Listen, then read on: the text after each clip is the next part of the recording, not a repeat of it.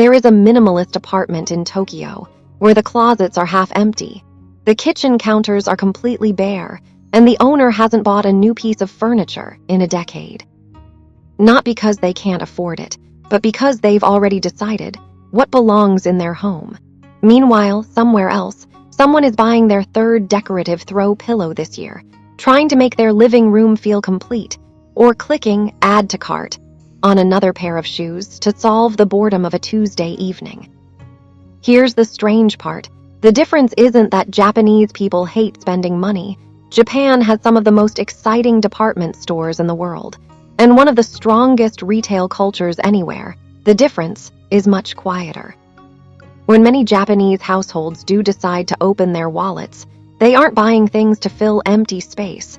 They are buying things to fill empty time. Today, we're looking at 7 things Japanese people happily spend significant money on, and why embracing these purchases might change the way you value your own life. Let's begin. Before we do, there's one Japanese idea that ties this entire list together. It's called hair and ki. There is no perfect English translation. Ki represents the ordinary, the mundane, the everyday routines. Hair represents the extraordinary, the special, the festival days. The philosophy is simple. You keep the ki simple and disciplined so you can fully invest in the hair. That mindset changes almost every spending decision. Instead of constantly buying cheap thrills, the question becomes, does this purchase truly elevate my life? That single question explains almost everything you're about to hear. The first thing many Japanese people happily buy into is called oshikatsu.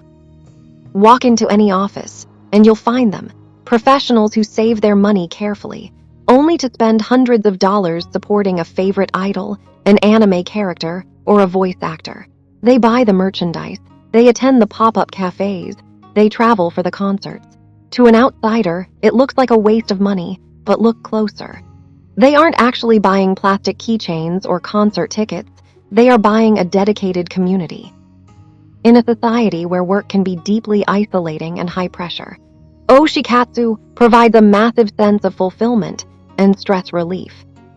Researchers studying consumer habits consistently find that people who spend money on shared passions are significantly happier than those who spend it on isolated luxury goods. You don't notice the joy in a designer handbag after a month. You notice the joy every time you stand in a crowd of thousands who love the exact same thing you do. One purchase sits on a shelf, the other becomes part of your identity, and that's a pattern you'll see again. Number 2, premium seasonal fruits. This one surprises a lot of people. Paying $30 for a perfectly round melon or $15 for a single bunch of Shine Muscat grapes sounds absolutely irrational. In many parts of the world, fruit is just a snack you throw in a lunchbox. But Japan has a very different relationship with food. High-end fruit isn't viewed as a snack. It is celebrated as an edible piece of art, carefully cultivated by masters. It is purchased as a premium gift or to mark a seasonal event. Think about how different that feels. One habit buys calories, the other buys a fleeting, seasonal experience. It's easy to underestimate the power of treating the mundane as special. The question isn't whether $30 is too much for a melon. It's whether you are willing to pay for absolute perfection just to experience it once. That brings us to something even more expensive, not because of the price tag, but because of the physical necessity. Number 3, domestic hot spring getaways. The Japanese work culture is famously intense, but instead of buying a new car or a bigger house to escape that stress, many people book weekend trips to domestic ryokans, traditional hot spring resorts. They will happily spend hundreds of dollars a night for a simple tatami room, access to steaming outdoor baths, and a traditional dinner. It is considered the ultimate investment in physical recovery. They aren't buying a vacation, they are buying the antidote to burnout. Because excitement fades, but recovery actually keeps you moving forward. Number 4, high-end daily appliances. Instead of dropping cash on frequent spa visits, many Japanese consumers prefer to invest heavily in premium at-home technology. A $300 hairdryer, a top-tier rice cooker that costs more than a television. The logic is incredibly practical. If you use it every single day, it is absolutely worth paying double. Japan loves innovation, but they apply it to the ordinary days. Every upgrade should solve a daily friction, not create one. Because if your morning routine gets 5% better every single day for 10 years, what exactly are you buying, the appliance or your own peace of mind? Number 5, everyday craftsmanship. Similar to technology, Japan has a deep respect for durability. People will happily open their wallets for artisan-made goods meant for daily use. A hand-forged santoku knife, a beautiful porcelain cup. Western luxury is often defined by a famous logo. Japanese luxury is often defined by longevity. The idea isn't to show off to your neighbors, it's to surround yourself with objects that do their job perfectly.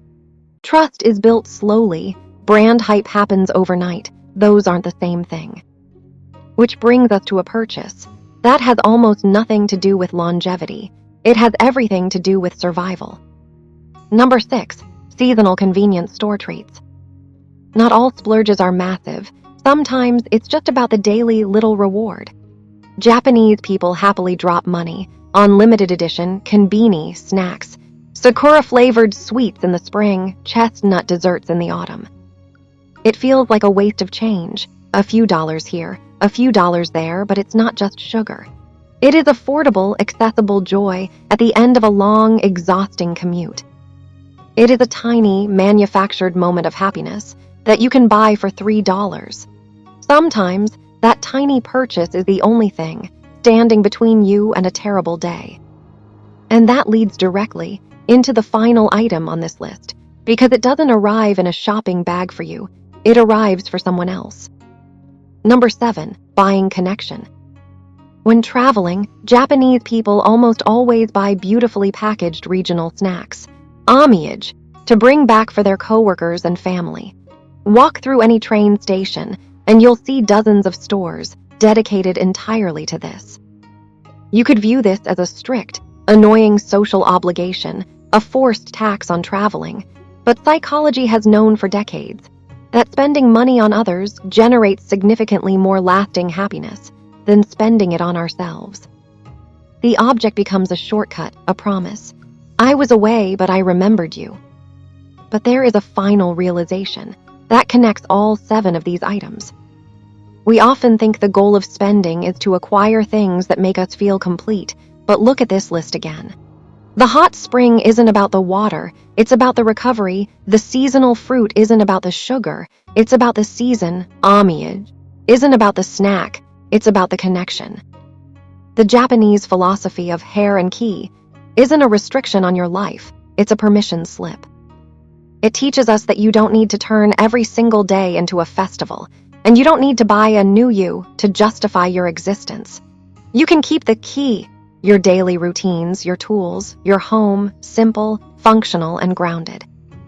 And by doing that, you finally free up the energy and the resources to truly invest in the hair, the moments, the people, and the experiences that actually define who you are.